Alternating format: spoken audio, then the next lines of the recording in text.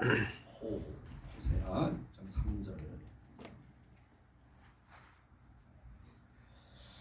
우리 찾으시면 다 같이 한 목소리 읽겠습니다. 시작. 그러므로 우리가 여호와를 알자, 힘써 여호와를 알자.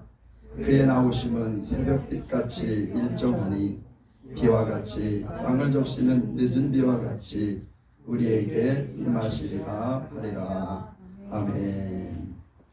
이렇게 손을 껴놓고 한 문제부터 봅니다.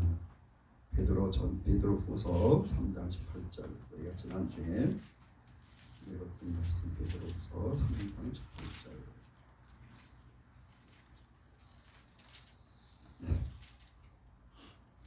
베드로후서 3장 18절 말씀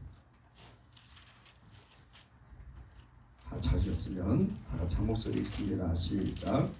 오직 우리 주 곧 구주 예수 그리스도의 은혜와 저를 아는 지식에서 자라가라. 영광이 이제와 영원한 날까지 저에게 있을지어다. 아멘. 아멘. 할렐루야. 네, 오늘 혹시 특성하실 분 계십니까? 특성. 다음에 준비될 때 하세요.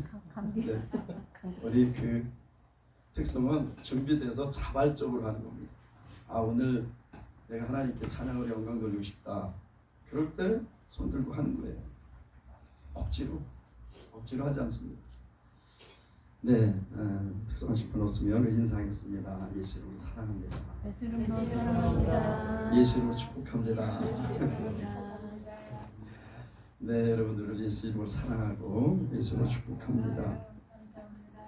오늘 이렇게 홍윤 집사님 기도를 하는데 이렇게 기도를 들으면서 그런 생각이 들었어요. 저도 사회생활을 이렇게 해봤잖아요. 직장생활을 해봤고. 그래서 여러분들의 삶이 얼마나 힘들고 그 세상 속에서 여러분들의 믿음을 지키며 살고자 하는 그 정말 애씀, 그 발버둥침이 이렇게 느껴지는 거예요. 참 세상이 주님 예수님을 믿고 하나님의 뜻대로 살고자 하는 우리에게 있어서 녹록지 않죠.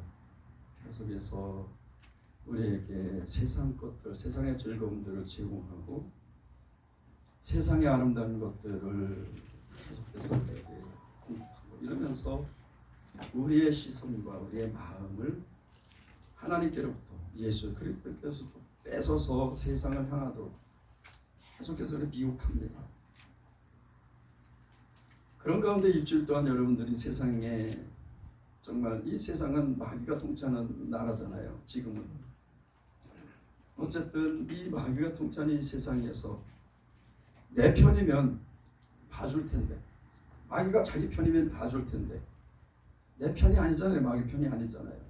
그러니까 공격하는 거예요. 마귀의 적이잖아요. 우리는요. 공격하는 거예요. 그 공격 가운데서 하는 삶들이 얼마나 힘들고 어려울까. 그곳에서 믿음을 지키며 살아간다는 것이 결코 쉽지 않다. 여러분 저는 뭐 이렇게 크게 세상에 나가서 뭐 세상과 좁혀 살지는 않지만 그래도 순간순간 다가오는 그런 미혹과 유혹과 도전들 이런 것들 때문에 저도 때로는 힘들고 어려운데 세상 속에 살아가는 여러분들은 세상에서 그 믿음을 지키며 살아가기 얼마나 힘들고 어려울까 그런 생각을 해봅니다. 여러분 저에게 이렇게 느껴졌으면 하나님 여러분 아세요. 여러분들 오늘 얼마나 곤고한 심령으로 주님 앞에 나왔는지 물론 뭐 떳떳하게 나오는 분도 있으시겠지만 대부분 우리가 주님 앞에 나갈 때 참 우리의 모습, 우리의 연약한 모습들을 보면 주님 앞에 떳떳이 나갈 수가 대부분 없어요. 이렇게요. 부끄럽기도 하고 그 부모님이 얘야 오늘 나갔다가 7시까지 들어와라. 네, 딱 나갔어. 친구들하고 놀다 보니까 7시가 가는지도 모르고 뭐 지나갔어. 8시간 꼭 9시가 됐어. 어휴, 아빠가 7시까지 들어오라는. 집에 들어가는 그 자녀의 마음은 아주 무겁습니다. 아버지 집인데도 불구하고 왜? 아버지가 7시까지 들어오라는데 안 들어왔거든. 성현이 그런 적 있어? 응? 성현이 그런 적 있어요? 어딨어요? 그 들어갈 때 힘들지? 힘들어요 다.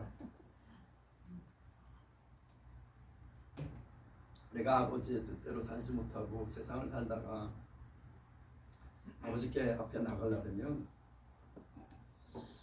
참 때로는 부끄럽기도 하고 자신이 정말 초라해지기도 하고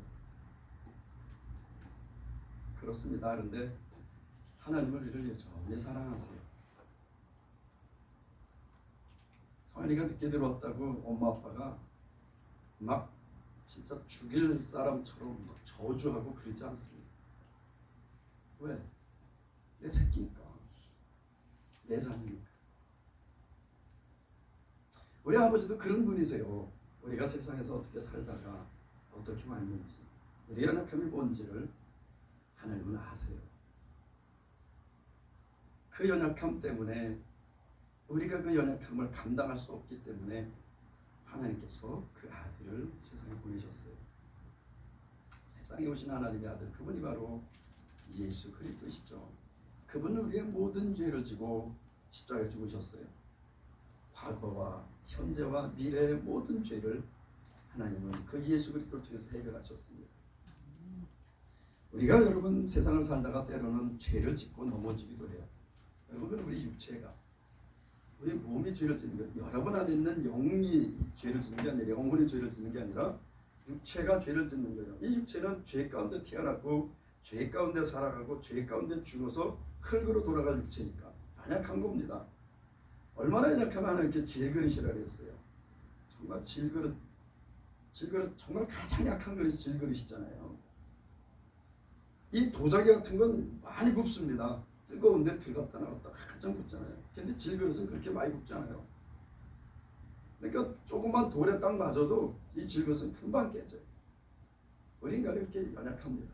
우리가 지난 시간부터 지난 시간에도 내가 제목을 뭐라고 했어요? 예수를 알잖아. 네, 예수를 알자. 여러분 예수님 알잖아요. 예수님도 알잖아요.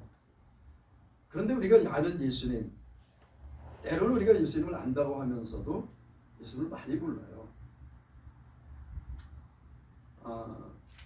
그 철학자 소크라테스가 너 자신을 알라 그랬잖아요. 또 베이컨이라는 사람은 아는 것입니다. 뭐 이렇게 얘기를 했어요.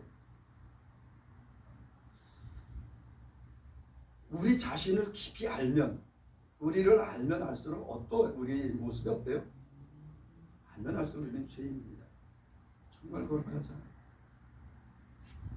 너 자신을 알라고 얘기를 했는데 그 발견한 자기 자신이 어떤 모습일지 정말 깊이 들어가면 나는 정말 죄인이라는 것을 깨닫게 됩니다. 그럼 그 죄인이라는 것을 깨달았어요. 알았어요. 소크라테스가 그걸 알았는지는 모르겠어요. 정말 내가 죄인이다. 그것을 알았는지 모르겠습니다. 여러분 무엇을 아는 것이 힘일까요? 예수 그리스도를 아는 것이 힘입니다. 여러분 예수님은 하나님의 지혜와 하나님의 능력이라는 것을, 하나님은 천지를 창조하신 분입니다. 그분은 천지를 주관하시고 통치하세요. 물론 지금 이 세상은 마귀가 통치합니다. 왜? 하나님께서 첫사람 아담에게 주셨던 그 권세, 세상을 다스리고 번성했던 그 권세, 그 권세를 마귀에게 짐으로 말려서 마귀에게 빼앗겼거든요.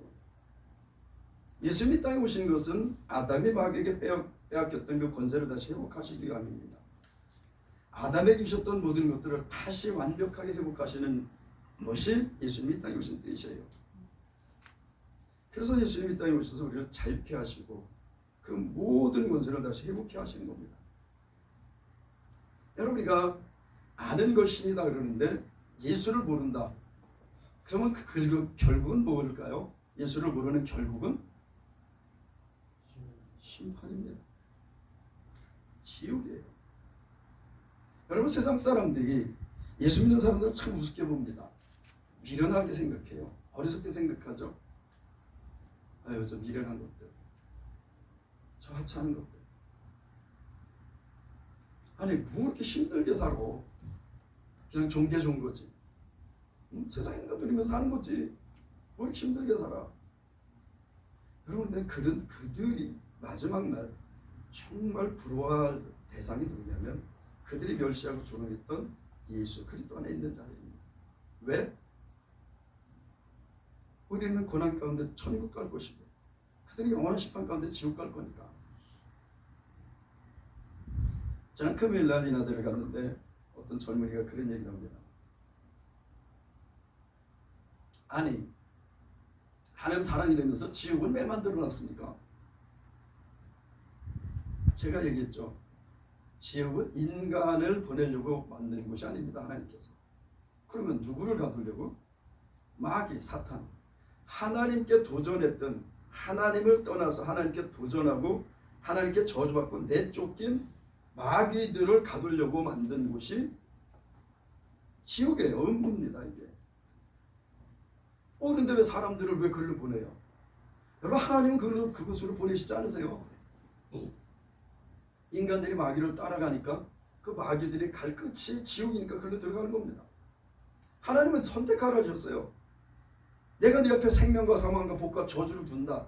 그런데 너와 네 자손은 살기 위해서 생명을 택하라 했어요. 여러분, 하나님께서 인간을 창조하실 때 죽지 않는 존재로 창조하셨습니다. 그런데 인간이 죄를 범함으로 말미암아서 사망이 인간 가운데 와서 왕노릇했어요. 여러분, 그 죄에서 우리를 건져주시기 위해서 아들까지 보내셨습니다. 여러분, 이 예수를 믿고 구원받는 데 있어서는 남녀, 노, 유 차이가 없어요. 유식하고 무식하고 건강하고 쇠약하고 부자고 가난하고 젊고 늙고 아무 상관없습니다. 그게 하나님의 은혜예요. 하나님의 보내신 아들 예수를 믿는 자들을 의롭게 하시는 것이 하나님의 뜻입니다. 그런데 이것은 하나님께서 그냥 모든 사람에게 그냥 일방적으로 주는 것이 아니라 우리가 지은 죄에 대한 선택, 우리가 죄도 선택했잖아요. 먹지 말라는 선악알게 하는 나를 실과를 따먹었잖아요. 선택해서 따먹었습니다. 하나님께서 세상을 구원하실 때는 이제 너희들이 그 죄에 대한 해결도 선택하라는 겁니다. 그래서 예수를 이 땅에 보내셨어요. 그리고 예수를 믿으라는 겁니다. 내가 네 앞에 생명과 사망과 복과 저주를 두니 너와 네 후손 살기 위한 생명을 택하라. 그런데 예수님 이 땅에 오셔서 뭐라 하셨어요? 나는 부활이요 생명이요. 나를 믿는 자는 죽어도 살겠고 무릇 살아서 나를 믿는 자는 영원히 죽지 아니라고 말씀하셨습니다. 내가 곧 길이요 진리요 생명이니 나로 말미암아 아버지께로 올 자가 없다 그랬어요. 우리가 지난 시간에 지난주에 예수님이 우리 요한복음에 나온 예수님에 대해서 예수님이 누군가에 대해서 함께 은혜를 나눴습니다. 거기에 8가지 대표적으로 주님께서 직접 내가 누구라고 말씀하신 8가지 중에 4가지를 했어요. 그 4가지가 뭐였나요? 나는 생명의 떡이다. 6장 35절 48절에 있는 말씀. 나는 생명의 떡이다. 떡이라는 것은 양식이라는 의미예요. 먹어야 산다는 거죠. 우리 육체는요, 먹지 않으면 죽습니다. 그래, 어느 정도는 살 수 있겠죠. 그러나 결국 먹지 않으면 죽습니다. 육체는요.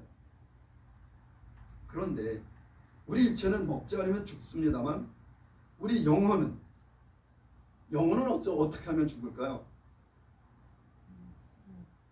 죽어있는 영혼이에요. 지금 우리는. 예수를 믿으면 산 영이 됩니다. 왜? 예수 그리스도께서 산 영으로 오셔서 우리 안에 거하시거든요. 그래서 우리가 예수님을 우리가 이 성찬을 이렇게 하잖아요. 성찬할 때마다 이 말씀을 하는데 이 성찬의 떡빵과 이 포도주는 예수님의 살과 피를 의미한다 했잖아요. 이것은 내가 예수님을 믿는다는 고백입니다. 내가 예수님을 인정하고 예수님을 나의 구주로 믿습니다. 여기에 대한 고백이에요. 당신이 흘리신 그 피가 나의 죄를 씻고 나를 살렸고 당신이 나를 살리기 위해서 당신의 십자가에 달리신 그 몸, 나를 위해서 내오신 그 몸을 내가 믿습니다. 믿는다는 고백이 이거든요. 그래서 예수님을 먹어라, 나는 생명의 떡이다, 나를 먹는 자는 살 것이다 말씀하신 것은 나를 믿으라 그런 얘기예요. 이 육체는 떡을 먹어야 살지만 영은 예수를 믿음으로 살게 된 겁니다. 그래서 예수님의 생명의 떡으로 이 땅에 오셨어요. 또 8장 12절 보면 나는 세상의 빛이니 나를 따르는 자는 어둠에 다니지 아니하고 생명의 빛을 얻으리라 했어요. 예수님이 세상의 빛이요 생명의 빛이라 했습니다. 여러분 모든 사람들은 다 어둠에 매여 있어요. 어둠이라 했습니다. 제가 그 전에 학교 다닐 때 제가 굉장히 좋아했던 그 수필가 중에 안병욱 교수라고 있었어요.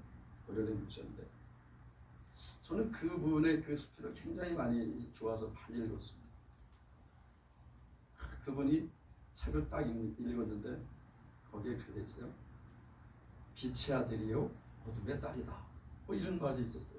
야 진짜 멋진 말이다. 야 빛의 아들이요 어둠의 딸이다. 굉장히 멋진 말인데 그게 어딨나 그때 성경에 있는 거예요. 물론 어둠의 딸이라고 되어 있지 않습니다. 그러나 우리가 예수를 믿으면 빛 가운데 거하고 우리가 빛이 됐어요. 빛이신 예수 그리스도로 말미암아 하나님의 자녀가 됐습니다. 하나님의 빛이세요. 여러분 마지막 때 세상이 이제 하나님의 나라가 이 땅에 이루어지면 계시록에 보면 태양에 쓸데가 없다 그랬습니다. 달에 쓸데가 없다 그랬어요. 왜? 밤과 낮이 없을 테니까. 밤이 없어졌다는 그랬어요.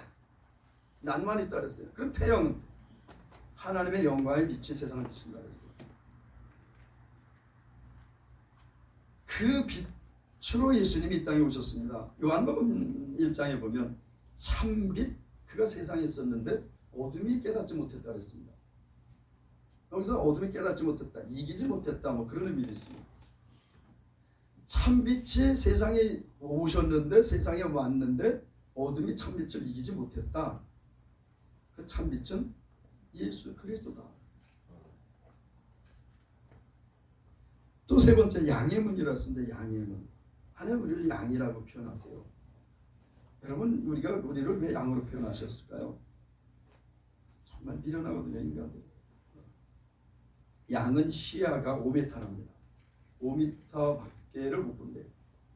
그러니까 뭐가 낭떠러지겠는지 모르는 거예요. 인간들의 삶이 그렇다는 겁니다. 여러분 1시간 후에 인간의 삶도 모릅니다. 아니 5분 후에 우리의 삶도 잘 몰라요. 물론 하나님께서 은혜로 살게 하시지만 어떤 사람은 금방 살았었는데 금방 사망 가운데 들어가는 경우가 있어요. 5분 전에 살았는데 5분에 죽었어요. 여러분 우리는 알지 못해요.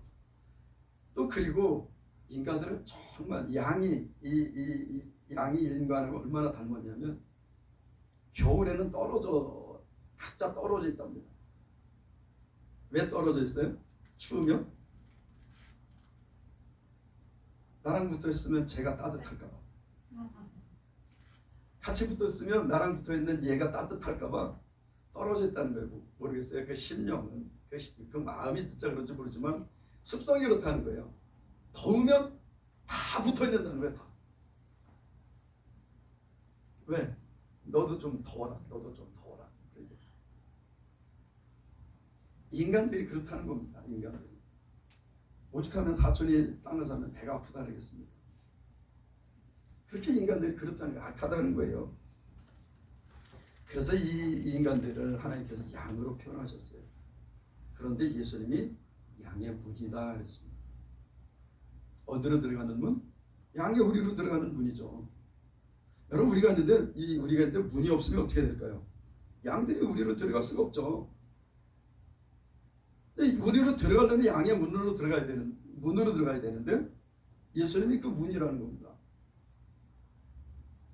그래서 오늘 이제 우리가 함께 나누겠지만 14장 6절에 보면 내가 길이요 진리요 생명이 나로 말미암지 않고는 아버지께로 올 자가 없느니라 그랬어요.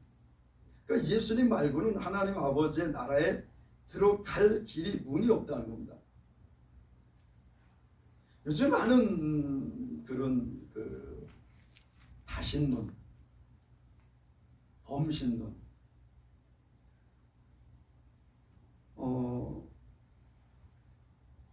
그리고 요즘에 WCC 같은 경우에 보면 범신론이죠.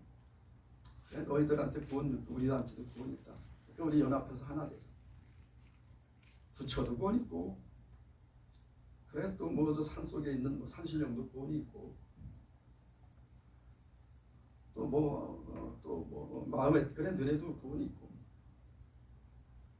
그러니까 다 인정해 줄 테니까 우리 그 인정해 준 데서 하나가 되자. 여러분, 천국 가는 유일한 길은 오직 예수 그리스도십니다. 왜? 그분만이 우리의 죄를 해결하신 분이기 때문에. 그분만이 하나님의 아들이시기 때문에. 사도행전 4장 12절에 보면 다른 이로서는 구원 얻을 수 없나니 천하 사람 중에 구원 얻을 만한 다른 이름을 주신 일이 없습니다. 하나님의 말씀이에요. 하나님의 없다면 없는 겁니다, 여러분. 그래서 예수님이 양의 문이라 했어요. 또 예수님은 선한 목자라 하셨습니다. 선한 목자. 이 당시에는 하나님을 믿는 이스라엘 백성들이 온전한 하나님의 자녀는 아니었어요. 우리는 예수님 이후에 신약 시대에 사는 우리들은 하나님의 자녀입니다. 하나님이 우리 아버지세요. 시편 23편에 보면 여호와는 나의 목자시니 그랬습니다. 그때는 목자라고 표현할 수밖에 없었어요. 가장 양을 위해서 가장 희생하고 양들을 보호하는 사람이 목자였기 때문에. 근데 이제는 우리에게 있어서는 여호와는 뭐예요? 여호와는 나의 아버지시니. 여러분, 목자하고 아버지하고 뭐가 더 가까울까요? 아버지가 가깝죠. 목자는 그렇게 얘기합니다. 아이고, 뭐 아버지가 가까워요. 우리 특히 동양 사람들은 아버지에 대한 그런 뭐랄까요? 그 거리감, 아버지에 대한 그 두려움, 무서움. 저도 어렸을 때 아버지가 정말 무서웠으니까요. 우리 아버지가 없었으면 좋겠다 그런 생각 한 적 있습니다. 너무 무서웠어요.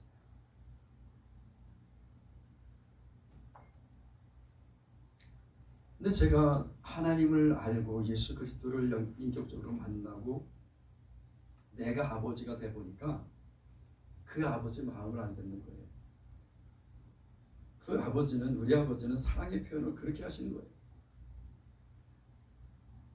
어떤 사람은 이렇게 사랑의 표현을 하는가 하면 어떤 사람은 그렇게 하지 않더라도 마음으로 정말 사랑하는데도 그걸 잘 표현을 안 해요. 우리 한국의 아버지들이 그랬죠. 그래도 그 자식을 정말 사랑하는 것이 아버지입니다. 아버지 정말 사랑해요. 맨날 뭐 사랑한다, 이쁘다 막 그렇게 안 해도 정말 사랑해요, 아버지. 그 가볍게 막 표현 뭐 이렇게 못하고 그럴 뿐이지 정말 아버지들이 자녀를 사랑합니다. 하나님은 나의 아버지가 되셨습니다. 그래서 우리를 보호하시는 거예요. 오늘 우리가 다섯 번째 읽을 말씀 요한복음 11장 25절. 요한복음으로 다시 갑시다. 요한복음 11장 25절.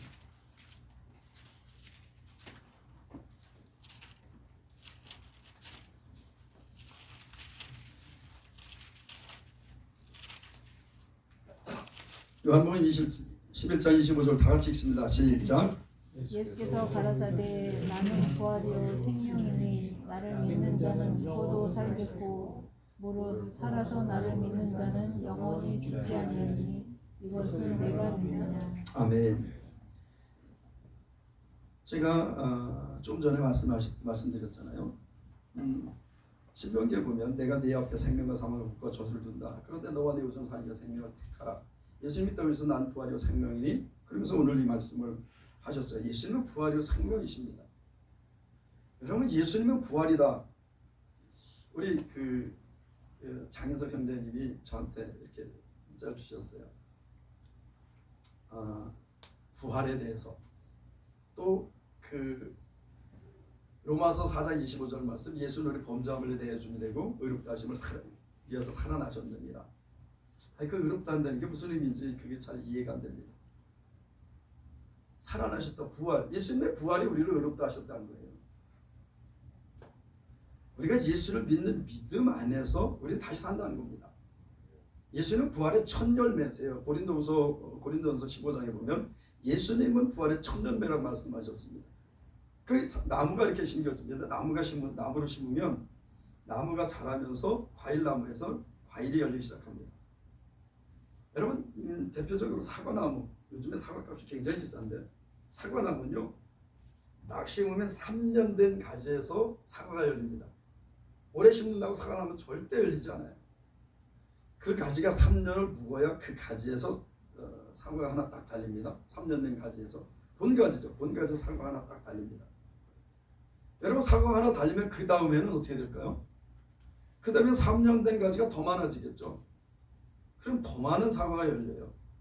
그 다음에는 3년 된 가지가 더 많아지겠죠. 더 많은 열매가 맺힙니다. 예수님이 첫 열매라는 것은 하나가 열렸으면 그 다음에도 수많은 열매들이 맺힌다는 거예요. 예수님이 부활했다는 것은 그 다음에도 수많은 사람들이 부활한다는 거예요. 어디에서? 그 사과나무에서. 예수님을 우리가 믿으면 우리는 반드시 다시 살아난다는 겁니다. 여러분, 제가 글을 전도할 때 예수 믿으면 영원한 생명 없습니다 그러면 대부분의 사람들이 그런 질문을 해요. 특히 대학생들이 예수 믿어도 죽던데 무슨 얘기입니까? 예수 믿어도 다 죽던데 무슨 예수 믿으면 영원한 생명. 여러분, 수없이 얘기하지만 이 육체는요 죽습니다. 이 육체는 죄를 범한 거룩하지 못한 이 육체이기 때문에 이 육체는 그냥 흙으로 돌아갑니다. 이게 하나님께서 정해진 거예요. 그리고 우리의 영원한 생명 얻는다는 것은 우리의 영혼이 영원한 생명 얻는다는 겁니다. 베드로전서 1장 9절에 보면 믿음의 결국은 영혼의 구원을 받음이라 그랬어요. 그러면 영혼만 있나? 여러분, 계시록에 보면 천국에 가면 생명수 강가에 달마다 새로운 과실이 열린다 그랬어요. 예수님 부활하신 다음에 어떻게 했어요? 너희들에게 먹을 것이 있느냐? 구운 고기를 드렸습니다. 고기 먹었어요. 빵을 드렸어요. 빵을 먹었어요. 무슨 얘기야? 영혼만 구원받는다면 어떻게 그걸 먹어? 예수님이 땅에 오실 때 우리에게 완전한 생명의 새로운 영광된 모습의 신령한 몸을 입혀주신다는 거예요. 이 연약한 육체가 아니라 완전히 새로운 육체를 입혀주신다는 겁니다. 예수님이 살아계실 때는 시와 공간에 제약이 있었어요. 그런데 예수님 부활하신 다음에 시와 공간에 제한이 없었습니다. 그런데 예수님은 드셨어요. 여러분, 천국 가면 먹습니다. 먹고 살아요. 그래서 생명수 강가에 달마다 새로운 실과가 맺힌다는 겁니다. 그걸 먹으니까. 아담과 하와를 처음에 만드셨을 때 하나님께서 에덴 동산에 아담과 하와를 두셨을 때 에덴 동산에 두 가지의 두 그루의 나무가 있었어요. 무슨 나무가 있었다고요? 네? 생명나무와 선악을 알게 나무 실과 선악을 알게 하는 나무의 실과가 맺힌 나무가 있었어요. 그게 어떤 나무인지는 몰라요. 후대 어떤 분들은 그게 사과다 그런데 사과인지 어떤 나무인지 몰라요. 그냥 선악을 알게 하는 나무의 실과예요. 두 개 따먹지 말라 그랬어요. 선악을 알게 하는 나무의 실과를 따먹지 말아라. 그런데 생명나무의 실과를 따먹으라 했습니다. 왜? 그걸 먹어야 영원히 살으니까. 인간이 죄를 범했을 때 하나님께서 가장 먼저 하신 게 뭐예요? 생명나무 주변에 화염검을 두르는 겁니다. 인간들이 접근하지 못하도록. 왜? 죄된 인간이 영원히 살면 정말 폐역한 세상이 될 테니까. 이렇게 60년, 70년, 아니 요즘엔 많이 살고 100년 산다는데도 이렇게 폐역한데 그 인간들이 영원히 살면서 자기들의 지식으로 죄를 범하면, 그래서 하나님께서 인간들이 죄를 범했을 때 가장 먼저 하시는 것이 생명나무 주변에 화염검을 두르고 인간들이 접근하지 못하게 하는 거였어요. 여러분, 천국에서는 영원히 삽니다. 물론 그 생명나무 때문에 영원히 사는 건 아니지만 하나님께서 그런 열매들을 우리에게 먹게 하신다는 거예요. 그래서 이 예수님을 믿는 자들에게는 영원한 생명을 주십니다. 여기에 생명은 나는 부활이요 생명이니, 이 요한복음에 나오는 생명은 일반적인 생명이 아니라 영원한 생명입니다. 영원한 생명. 이 요한복음과 요한 1, 2, 3서에 나오는 생명은 물론 요한 3서에 보면 영생, 또 요한복음에도 17장 3절에 보면 영생은 이렇게 나와 있습니다. 이 요한복음과 요한 1, 2, 3서에 있는 생명은 다 영원한 생명이에요. 영원히 죽지 않는 생명이라는 겁니다. 예수를 믿게 되면 다시 살아나고 영원한 생명이 주어진다는 거예요. 그 생명은 예수 그리스도 안에 있는 생명이에요. 예수님은 다시 죽죠. 여러분, 최근에 세상이 점점 더 적그리스도화 되어가고 있습니다. 최근에 인터넷 신문 하나 봤는데 그 신문에 무슨 내용이 있었냐면 부활한 것은 예수만이 아니다, 이런 제목이에요. 그리고 수많은 살아난 이들의 예화를 쭉 기록해놨습니다. 예수만 살아난 거 아니야. 여러분, 뭐가 다를까요? 저들도 살았어. 뭐가 다를까요? 그들은 부동이 있습니다. 왜? 다시 죽었기 때문에. 다시 살아날 수 있습니다, 죽으면. 근데 결국 또 죽어요. 예수님은 무덤이 없습니다. 왜? 그분은 영원히 살아 계시기 때문에. 여러분, 우리가 예수님이 우리의 본이시고 첫 열매세요. 우리가 예수님의 형상 그대로 우리의 모습들이 변화되고 그렇게 살아갈 겁니다. 예수님이 왜 하나님께서 예수님을 이 땅에 보내셨을까요? 어쩌면 그런 것들을 우리에게 물리적으로 가르쳐주기 위해서 아들을 세상에 보내셨는지도 모릅니다. 그래서 예수님이 부활의 생명이세요.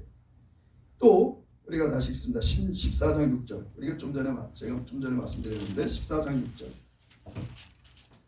시간에서 빨리빨리 가겠습니다. 14장 6절. 14장 6절이 있습니다. 다 같이 시작. 예수께서 가라사대 내가 곧 길이요 진리요 생명이니 나로 말미암지 않고는 아버지께로 올 자가 없느니라. 아멘. 엊그저께 서울대 박성남 간사로부터 메일이 하나가 왔어요.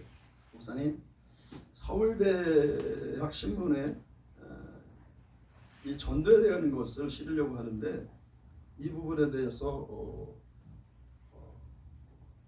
그쪽에서 질문을 하는데 이 부분에 대해서 답변을 좀 써서 보내시면 좋겠습니다. 제일 먼저 1번이 뭐냐면 전도는 무엇인가요? 전도는 무엇인가요? 여러분, 전도가 무엇인가요? 전도. 아멘. 전도, 여러분, 그냥 간단하게 그냥 글자 그리면 전할전자 길도자예요. 길을 전해주는 겁니다. 어떤 길을? 지금 예수님이 말씀하잖아요. 내가 그 길이다. 그 길 대신 예수 그리스도를 전해주는 것이 전도예요. 여러분, 왜 예수님이 길이에요? 말씀하셨잖아요. 나로 말미암지 않고는 아버지께로 올 자가 없다.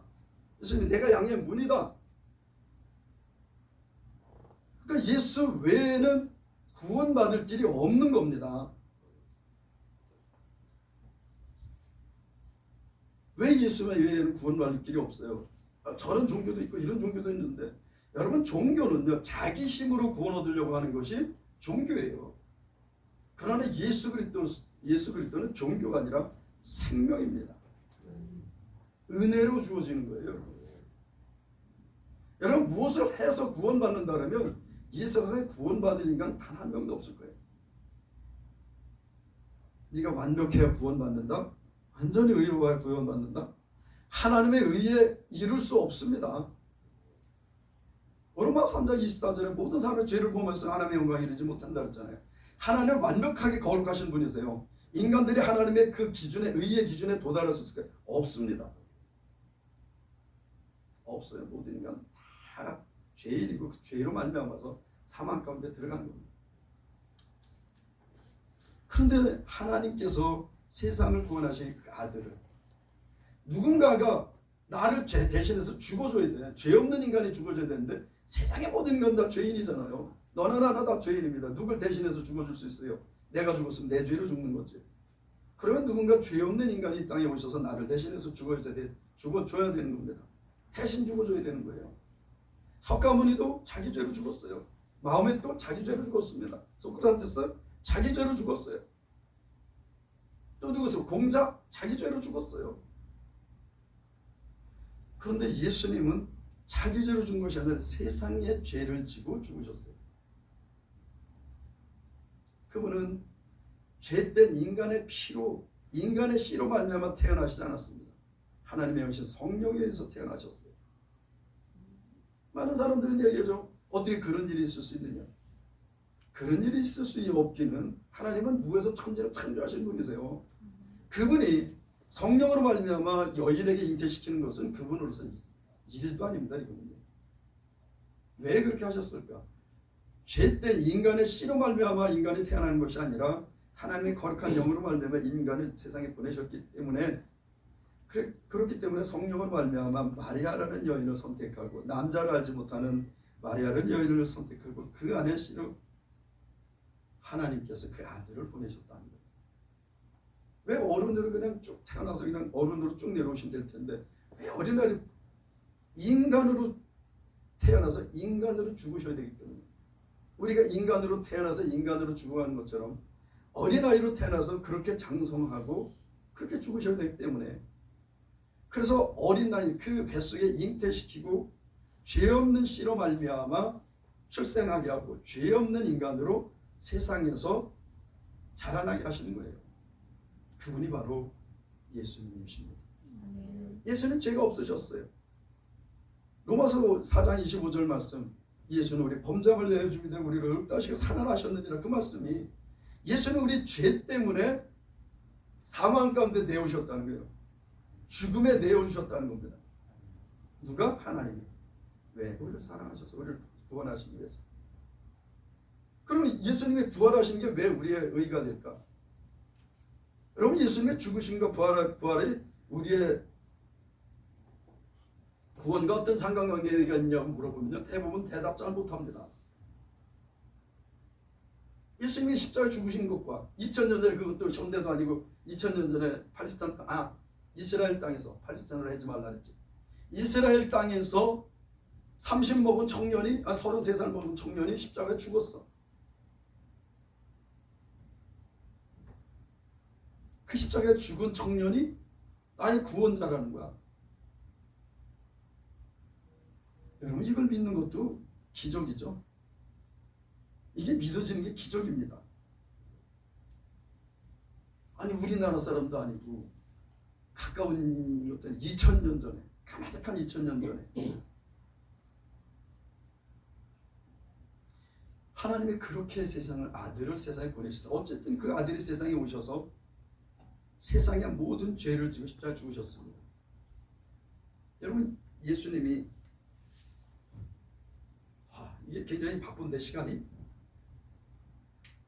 왜 예수님이 그럼 죽어야 되느냐? 죄의 싹은 사망이고 피 흘림이 없은 즉 죄삼이 없는 거예요. 그래서 구약의 하나님께서 이 인간들의 죄를 해결하기 위해서 성막을 만들라고 하셨고 그 다음에 짐승을 잡아서 짐승의 피로 이 인간들의 죄를 대속했습니다. 이 짐승의 피는요 인간의 죄를 해결할 수 없는 것이 아니라 덮어놓는 수준이었어. 살짝 가려놓는 수준이었습니다. 왜? 그는 그 짐승이 인간이 아니기 때문에. 그래서 인간 대신 짐승이 죽었어요. 최초의 짐승이 인간 대신에 죽은 최초의 짐승이 어디서 나옵니까? 어디서 나와요 여러분? 창세기 3장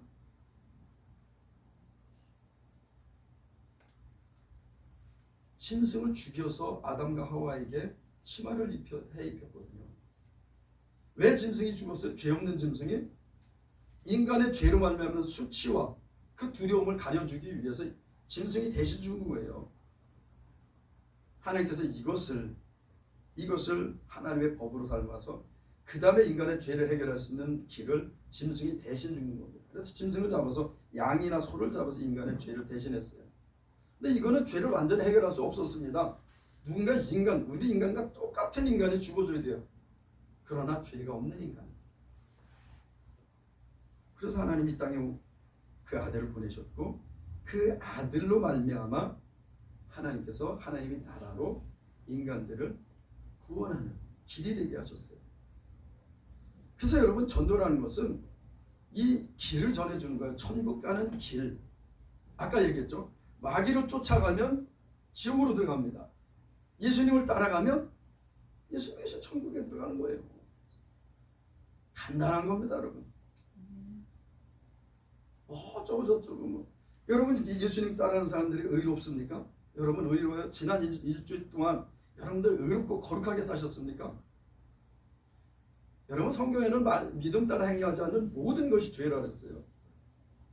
여러분 예수를 믿지 않고 행한 모든 것들은 다 죄라는 거예요. 그래서 의인 없는 이 하나도 없다고 선언하셨어요. 오직 예수 그리스도를 통해서 천국에 들어갈 수 있습니다. 왜? 그분이 나의 죄를 해결하셨기 때문에. 여러분 인간의 죄를 해결하신 분은 유일해요. 예수 그리스도가. 예수님의 뜻이 뭐라고요? 구원자. 자기 백성을 저희 죄에서 구원할 자. 예수 믿으면 이미 하나님의 백성이 되는 겁니다. 그 백성은 하나님께서 그 아들을 통해서 구원하시는 거예요. 그 구원의 길이 예수 그리스도이십니다. 예수님이 땅에 오셔서 하나님이 정하신 그 피 흘림이 없으면 죄사함이 없다. 짐승의 피를 흘려서 죄를 가렸던 것처럼 사람의 피를 흘려서 완전히 죄를 해결하시기 위해서 그 아들이 세상에 오셔서 피를 흘리신 거예요. 그게 하나님의 법이에요. 하나님은요 공의로우신 분이기 때문에 그분이 말씀하신 것을 변개하실 수가 없어요. 피 흘림이 없은 즉 사함이 없다고 선언하셨는데 내가 그냥 용서해줄게. 하나님은 이랬다 저랬다 하시는 분이네. 여러분 그래서 이 십자가는요 공의고 은혜고 사랑입니다. 이 십자가에 공의를 이루셨고 이 십자가에서 은혜로 우리를 구원하셨어요. 여러분 이 십자가가 없었다면 우리는 그냥 영원한 심판 가운데 저주 가운데서 그렇게 생을 마감하게 됐을 것입니다. 진리, 여러분 진리, 변함없는 진리, 변함없는 이론이죠 이게. 세상의 진리는 가끔 바뀌어요 이렇게. 때로는 이것이 진리였다가 세상이 바뀌면 이것이 진리가 됩니다. 그런데 천국에 들어갈 수 있는 유일한 길은 예수 그리스도라는 이 이론은요 변함이 없어요. 과거, 현재, 미래에 영원히 예수 그리스도를 통하지 않고는 아버지께로 들어갈 길이 없습니다. 이건 변함이 없어요. 예수님이 하나님의 아들이심과 그분이 천국을 가는 길임과 그것은 하나님께서 정하신 그 법칙은 영원히 변치 않는 것이다. 그리고 영원한 생명이다. 예수 믿는 자들에게 영원한 생명 주어집니다. 예수 그리스도 안에 있는 영원한 생명, 예수 그리스도 안에 있던 생명이 우리 안에 들어왔다는 거예요. 하나님께서 그 표시로 성령을 우리 안에 넣어주셔서 인치셨다, 도장 찍었다는 겁니다. 여러분 옛날엔 지금 뭐 사인하지만 옛날엔 도장 아니면 특히 인감 도장이면 끝났잖아요. 이게. 그런 거예요. 너는 내 거다. 도장 찍었는데 그 도장이 뭐냐면 성령을 우리 안에 넣으셨다는, 우리 안에 보내셨다는 거예요. 하나님의 오신 성령을. 그래서 예수님이 길이요 진리요 생명 되셨어요. 고놈의 15장 1절 다 같이 읽습니다. 시작.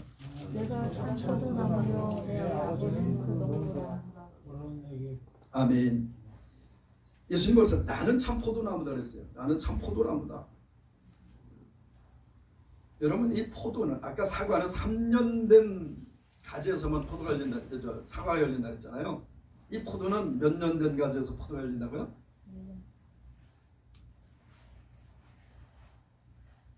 이 선생님. 아니 내가 지난번에 가르쳐 줬는데 1년. 포도는요 당해에 나온 가지에서만 포도가 열립니다. 묵은 가지에서는 절대 열매가 열리지 않아요. 그런데 저는 그걸 얘기하려는 것이 아니라 예수님이 포도나무라는 거예요. 포도나무, 나는 포도나무다. 그런데 너희는 가지다. 가지는 어디에 붙어 있어요? 나무에 붙어 있어요. 나무에서 나서 자랍니다. 이 가지가요. 그런데 여기 보면 뭐랬어요? 무릇 내게 있어 과실을 맺지 아니하는 가지는 아버지께서 이를 제어 버리시고 우리 과실을 맺는 가지는 과실을 더 맺게 하려고 이를 깨끗하게 하시느니라. 포도나무에 붙어 있으면 가지에서 저절로 열매가 맺습니다. 저절로 열매가 맺어요. 이 저절로 맺는 열매는 뭐예요? 우리로 말하면 성령의 열매가 맺힙니다. 우리 안에 성령이 있기 때문에. 물론 그것뿐만이 아니에요. 물론 그 성령의 열매는 9가지로 이렇게 기록되어 있습니다만 성령의 열매는 정확하게 9가지는 아니죠. 훨씬 많습니다. 그 중에 대표적인 9가지만 기록한 거예요. 사랑, 희락, 화평, 오래 참음, 자비, 양선, 충성, 온유, 절제. 9가지는 대표적인 것만 기록해 놓은 거예요. 그럼 그 외에 모든 것들이 우리로 말미암아 나오는 모든 것들은 성령, 우리 안에 계신 성령으로 말미암아 나온다는 거예요. 용서도, 이해도, 기쁨도, 기쁨, 희락이 있고 모든 것들이 이 열매가 예수 그리스도에게 붙어 있을 때 이 열매들이 맺히게 된대요. 여러분 우리는 열매를 맺히기 위해서 애쓸 필요가 없어요. 여러분 포도나무 가지가요. 내가 열매를 맺혀야지 막 그리고 뭐 무슨 애를 쓰나요? 포도나무 가지는요 딱 한 가지밖에 하는 게 없어요. 뭐예요? 그냥 가지에 붙어 있는 겁니다. 그러면 3절 너희는 내가 일러준 말로 이미 깨끗하였으나 4절 내 안에 거하라 나도 너희 안에 거하리라. 가지가 포도나무에 붙어 있지 아니하면 절로 과실을 맺을 수 없음 같이. 이건 다시 말하면 가지가 포도나무에 붙어 있으면 절로 과실을 맺음 같이 이 말입니다. 떨어져 있으면 저절로 과일을 맺지 못한다는 거예요. 붙어 있으면 저절로 과일을 맺는다는 거예요. 여러분 포도나무 가지는요 뭐 애쓰고 노력할 게 없습니다. 그냥 가지에 붙어 있으면 돼요. 여러분들 우리가 뭐 천국 가고 구원받고 뭘 하려고 애쓸 필요가 없어요. 우리는 예수 그리스도를 믿고 예수님께 붙어 있으면 돼요. 예수님께 붙어 있는 게 뭐예요? 예수님이 나의 구주라고 믿는 거예요. 그게 가지에 붙어 있는 겁니다. 그냥. 그러면 예수님이 나의 구주라고 정말 그 믿음 가운데 붙어 있으면 그 믿음 안에서 우리 열매가 나오게 된다는 겁니다. 많은 경우 그런 경우 있어요. 나는 예수님 믿는데 나는 왜 이 모양일까? 저도 그런 것 때문에 굉장히 괴로워했습니다. 난 예수 믿고 구원받았는데 내 안에서 왜 이런 열매들이 맺혀질까? 왜 이럴까? 여러분 이 육체가 죄에 대해 약하다고 했잖아요. 또 한 가지 우리는 예수 그리스도로서 태어나서 자라가야 됩니다. 우리가 예수를 믿었다면 이제 새로 태어난 거예요. 우리 성인자님 올해 연세가 58이래요. 58인데 최근에 예수님을 믿었어요. 그렇죠? 3개월 됐어요. 네, 3개월 됐어요. 3달짜리 3달짜리 얘기예요. 그렇게 생각하고 있어요. 네. 그거예요. 그리스도 안에서 새로 태어나는 겁니다. 거듭났다는 거는 새로 태어난다는 거예요. 예수를 믿는 순간 우리는 새로 태어난다. 무엇이? 우리 영이 새로 태어났다. 그럼 이 영이 자라야 돼요. 육체는 먹으면서 자라지만 이 영도 자라가야 되는데 영은 무엇으로 말면서 자란다 했어요. 지난 시간에 말씀으로. 여러분 우리 영은 말씀을 먹으면서 자라가는 거예요. 그래서 베드로전서 보면 너희는 신령한 젖을 사모하라 그랬어요. 어린아이가 자라가려면 젖을 먹어야 되잖아요. 그래서 신령한 말씀을 사모하라는 거예요. 계속해서 말씀 안에서 영이 자라갑니다. 여러분 처음에 예수 믿었을 때 말씀 잘 몰라요. 그러시잖아요. 저도 처음에 예수 믿었을 때는 말씀 잘 모릅니다. 근데 조금 이제 안다고 내가 다 아는 것처럼 얘기를 해요. 나 이제 하나님 알아. 나 이제 예수님도 알고 다 알아. 여러분 우리가 예수님을 알고 하나님을 아는 것은요. 하나님께서 우리에게 가르쳐 주신 만큼만 아는 거예요. 어린아이들이 선생님이나 부모님이 가르쳐 주는 만큼 아는 겁니다. 그것처럼 하나님이 우리 안에 있는 영도 하나님께서 우리에게 하나님의 말씀을 가르쳐 주는 만큼 우리가 알게 되는 거예요. 자라가게 되는 거예요. 내가 머리에 있다고 자라가는 거 아닙니다. 여러분 이 머리는 혼의 영역이에요. 우리 영은 하나님을 알고 하나님을 예배하고 하나님과 동행하는 신에 대한 우리를 창조하신 그분에 대한 인지와 그분에 대한 알, 지식에서 자라가는 겁니다. 우리 영은. 많은 부분 우리는 혼이 좀 이게 뛰어나다고 해서 내가 영적으로 자라간다. 서울대가 보면 그런 사람들이 많이 있어요. 내가 서울대생이잖아. 내 믿음도 서울대생인 줄 알아요. 얼마나 웃깁니까? 내가 서울대생이라고, 내 믿음도 서울대생이라고 안다니까.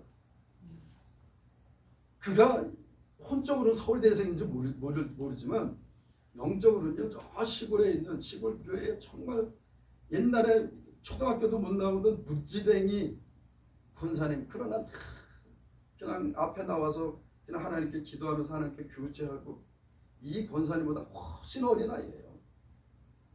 이 권사님 하나님에 대해서 알아요. 이용규 성사님, 그분 어머니가 절에 다니시고 뭐 그랬는데, 어느 날 교회 갔다 와가지고 뭐 교회 예수님을 영접하고 그랬는데, 자기는 그 어머니가 구원받았는지 잘 몰랐다는 거야. 근데 어느 순간 그러던데, 하나님이 나를 사랑한다 그랬다. 그러면서 자라간 거예요. 이 어머니가 하나님을 알아간 거예요. 정말 무식했던 어머니가, 여러분, 우리는 예수님과 하나님과 교제할 때 하나님을 알게 돼요. 그래서 기도가 굉장히 필요합니다. 굉장히 중요해요. 네, 어쨌든 우리가 예수님의 포도나무에서, 포도나무에 우리는 붙어 있으면 자연스럽게 열매를 맺습니다. 우리가 어떤 애를 쓰는 것이 아니라 예수를 믿고 있으면 예수님의 우리 안에 계신 생명이 우리를 성숙하게 합니다. 열매를 맺게 해요. 나는 자꾸 열매를 못 맺어요. 여러분, 끝까지 예수님을 찾고 예수님께 붙어 있으세요. 예수님 나의 구주라고. 그리고 이 말씀을 보십시오. 말씀 육신에서 이 땅에 오신 분이 예수님이니까 이 말씀이 곧 예수님이세요. 그러니까 예수님을 알려면 이 말씀을 아는 거예요. 또 말씀 가지고 기도하는 겁니다. 그럼 혼에 있던 이 지식들이 내 생명이 되는 거예요. 이게 내 완전한 내 것이 되는 겁니다. 그때 나는 용서해야지 막 애쓰고 노력하는 게 아니에요. 그냥 알게 되는 겁니다. 아, 나는 용서하는 자가 됐구나. 나는 미워하는 자였는데 그리스도로 말미암아서 나는 그 생명으로 말미암아 내가 용서하는 자가 됐구나. 나는 사랑하는 자가 됐구나. 나는 기뻐하는 자가 됐구나. 내 정체성을 아는 겁니다. 내가 어떻게 변하는지를 아는 거예요. 그러면 그렇게 되는 거예요. 여러분, 안 되는 거 억지로 막, 물론 자기 이 육체를 쳐서 복종할 필요 있어요. 그렇다고 내가 막 죄를 짓고 막 행동할 수는 없잖아요. 우리의 혼도 사용을 하세요, 하나님께서요. 그러나 우리 영이 자라는 것은 그리스도를 아는 만큼 우리 영이 자라가는 겁니다. 그래서 우리가 하나님의 우리가 그런 거 있잖아요. 어떤 의로운 사람이 뭐 의로운 일을 했어요. 자기 열매를 맺습니다. 자기가 자랑이 되고 자기가 영광받아요. 근데 우리가 그리스도 예수 안에서 하나님의 성령으로 말미암아 어떤 일을 하고 했을 때는요, 내가 결코 영광을 구하지 않습니다. 내가 자꾸 서울대 얘기를 해서 죄송한데, 처음에 제가 거기 갈 때 거기 있는 간사님이 그런 얘기를 했어요. 뭐 같이 하면 뭐 자기들 이름만 내고 뭐 자기들이 다 하고 뭐 내가 그냥 갑시다. 같이 가서 도와줍시다. 어때? 그 이름이 나면 어때요? 대신 우리의 상은 천국에 있을 겁니다. 하나님 나라만 이루어주면 되지. 하나님의 뜻만 이루어주면 되지. 내 이름 나고 내가 뭐 드러나고 내가 높아지고 그게 무슨 의미 있어요? 우리는 흔히 나는 주님의 종입니다 그러면서도 종의 이름을 열심히 냅니다. 종의 이름을 열심히 선정하려고 애써요. 내 이름이 높아지기를 원합니다. 그러면 종의 이름이 뭐 높아져요? 주인의 이름만 높아지면 되는 거예요. 종이 일하면 주인의 이름이 높아지는 겁니다. 우리가 일하면 예수 그리스도의 이름이 높아지고 예수 그리스도께서 영광 받으시고 하나님께서 영광 받으시면 되는 거예요. 그러면 됐지. 내 이름이 뭐 중요합니까? 내가 어떻게 되는 게 뭐가 중요해요? 그래서 그냥 그렇게 가서 하기로 했습니다. 그러다 보니까 이제 연결이 되고, 그러다 보니까 자연스럽게 관계가 회복되고 풀어지고, 그냥 주님의 생명으로 우리는 그렇게 세상을 살아가는 겁니다. 주님의 생명으로 세상을 살아가면 거기서 우리는 열매가 맺히는 거예요. 용서에 애쓴 것이 아니라 그냥 내가 용서하는 생명이 됐으니까 용서가 자연스럽게 되는 거고, 우리가 열매 맺는 것에 가장 중요한 것은 하나님께 예수 그리스도에 붙어 있는 겁니다. 가지가 붙어 있으면 열매를 맺게 돼요. 다음에 이걸 세부적으로 이제 이렇게 나눌 기회가 있으면 나누게 되겠습니다. 한 가지 더 마지막 4장 25절 26절 요한복음 4장 25절 26절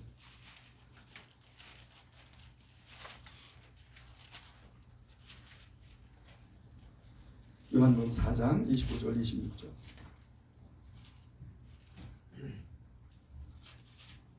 같이 읽습니다. 시작. 사자가 말하되 메시아고 그리스도라는 이가 오실 줄을 내가 아노니 그가 오시면 모든 것을 우리에게 보하시리이다. 예수께서 이르시되 내게 말하는 내가 그러라 하시니라. 아멘. 결론입니다.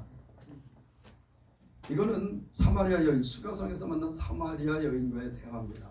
사마리아 여인이 얘기를 하는 거예요. 여자가, 이 여인이 예수님께 얘기를 합니다. 메시아 구원자죠. 네, 그 곧 그리스도라 하는 이가 오시는 것을 나도 믿습니다. 그런데 그분이 메시아가 오면 모든 것을 우리에게 가르쳐 주신다고 했습니다. 그러니까 예수님이 거기서 뭐라 했어요? 지금 너와 말하고 있는 내가 크다. 너와 말하고 있는 내가 그 메시아야. 그 그리스도야. 이거예요. 예수님이 메시아라는 겁니다. 예수님이 그리스도라는 거예요. 여러분, 우리가 예수 그리스도 그러잖아요. 그리스도는 기름 부음 받은 자예요. 기름 부음 받은, 지난 시간에도 말씀드렸지만 기름 부음 받은 자 세 가지 직분이 왕과 선지자와 제사장이라 그랬어요. 이 세 가지 직분이 다 구원에 관계되는 직분이라 했습니다. 왕은 사민권이 있어요. 왕이 죄 없다 그러면 죄 없는 겁니다. 여러분, 대통령이 사면하면 사형수도 사면돼요. 죄 없는 자가 되는 겁니다. 사면해 줄 수 있어요. 왕은 그런 직분이에요. 선지자, 여러분, 우리가 어떻게 될지 모를 때 이게 죽음과 같은 상황이잖아요. 어떤 상황이 왔어. 내가 어떻게 될지 몰라. 그런데 누가 이렇게 해주는데 그 해결의 길이야. 그게, 여러분, 이게 구원자인 겁니다. 내가 뭘 어찌 할지 모르는데 이게 해결의 길이야. 이렇게 가르쳐줬어요. 그게 구원자예요. 그 상황에서.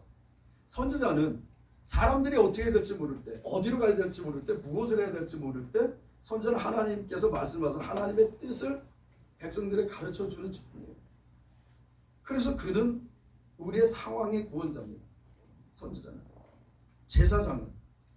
제사장은 인간들의, 백성들의 죄를 가지고 하나님께 대신 나가 짐승을 잡아서 짐승의 피를 가지고 지성소에 들어갑니다. 물론 1년에 한 차례씩 지성소에 들어가고 나머지는 번제단에 뿌리죠. 그런 번제단에 뿌리는데 정말 이스라엘의 모든 백성들의 죄를 가지고 제사장이 1년 1차씩 지성소에 들어갑니다. 지성소에 들어가서 지성소에 들어가면 뭐가 있어요? 지성소에 들어가면 뭐가 있습니까? 언약궤. 네, 언약궤, 법궤, 뭐 또 여러 가지 이름으로 있잖아요. 언약궤가 있는데 언약궤를 덮은 것이 뭐라 그랬어요? 시온자, 속죄소라고. 언약궤 뚜껑이 시온자의 속죄소예요. 이 속죄소 위에다가 시온자 위에다가 짐승의 피를 뿌리면 하나님이 임하셨어요. 그리고 이스라엘 백성들의 죄를 사하셨습니다. 시온자. 뭐에게 들려왔지? 네? 기름 부음 받은 자, 제사장. 제사장은 인간들의 죄를 대신 해결해 주는 직분이 제사장입니다.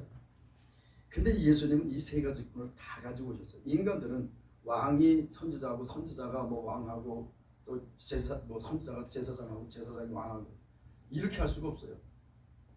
물론 그 왕족인 사람이 선지자가 된 경우는 있어요. 선지자 중에. 그러나 예레미야인가? 네, 예레미야가 왕족이었는데 선지자가 됐죠. 그런 경우는 있습니다. 왕과 선지자를 겸해서, 왕과 제사장을 겸해서 할 수 없습니다. 이스라엘 초대 왕 사울이 사무엘이 오기 전에 전쟁은 급박하고 하나님께 빨리 제사 드려야 되겠고, 근데 선지자가 오질 않네.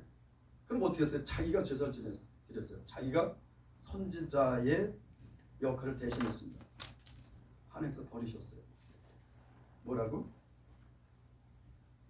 왜 내가 월권했냐는 거예요. 그러면서 더 큰 거는 이 사무엘이 말했던 모든 것, 하나님의 명령이죠. 모든 것을 다 죽이려 했는데 자기 마음에 맞는 것들 다 남겨놨어요. 왜? 하나님께 제사 드린다고 이거 가지고. 그러니까 하나님께서 순종이 제사보다 나아. 네가 그렇게 하는 것보다 내 말을 믿는 게, 내 말을 믿고 나한테 순종하는 게 낫다고 말씀하셨어요. 여러분, 이 예수님이 메시아 곧 그리스도라는 것은 이 세 가지 직분을 다 가지고 오신 인간의 완전한 구원자라는 겁니다. 우리가 예수님을 알자 하는데 대표적으로 우리가 요한복음에 나온 8가지 예수님, 내가 누구다라고 말씀하신 부분에 대해서 지난주 이번주에 2주에 걸쳐서 우리가 함께 은혜를 나눴어요. 여러분, 예수님은 그런 분이세요. 그런데 그 예수를, 그래 예수님이 이런 분인지 알았어. 그런데 우리가 믿지 않아? 아무 의미 없습니다. 그림의 떡이죠. 여러분, 부뚜막에 소금도 넣어야 짜다 그랬어요. 구슬이 소마리도 꿰어야 보배라 그랬습니다. 예수님이 땅에서 우리를 구원해 주셨어요.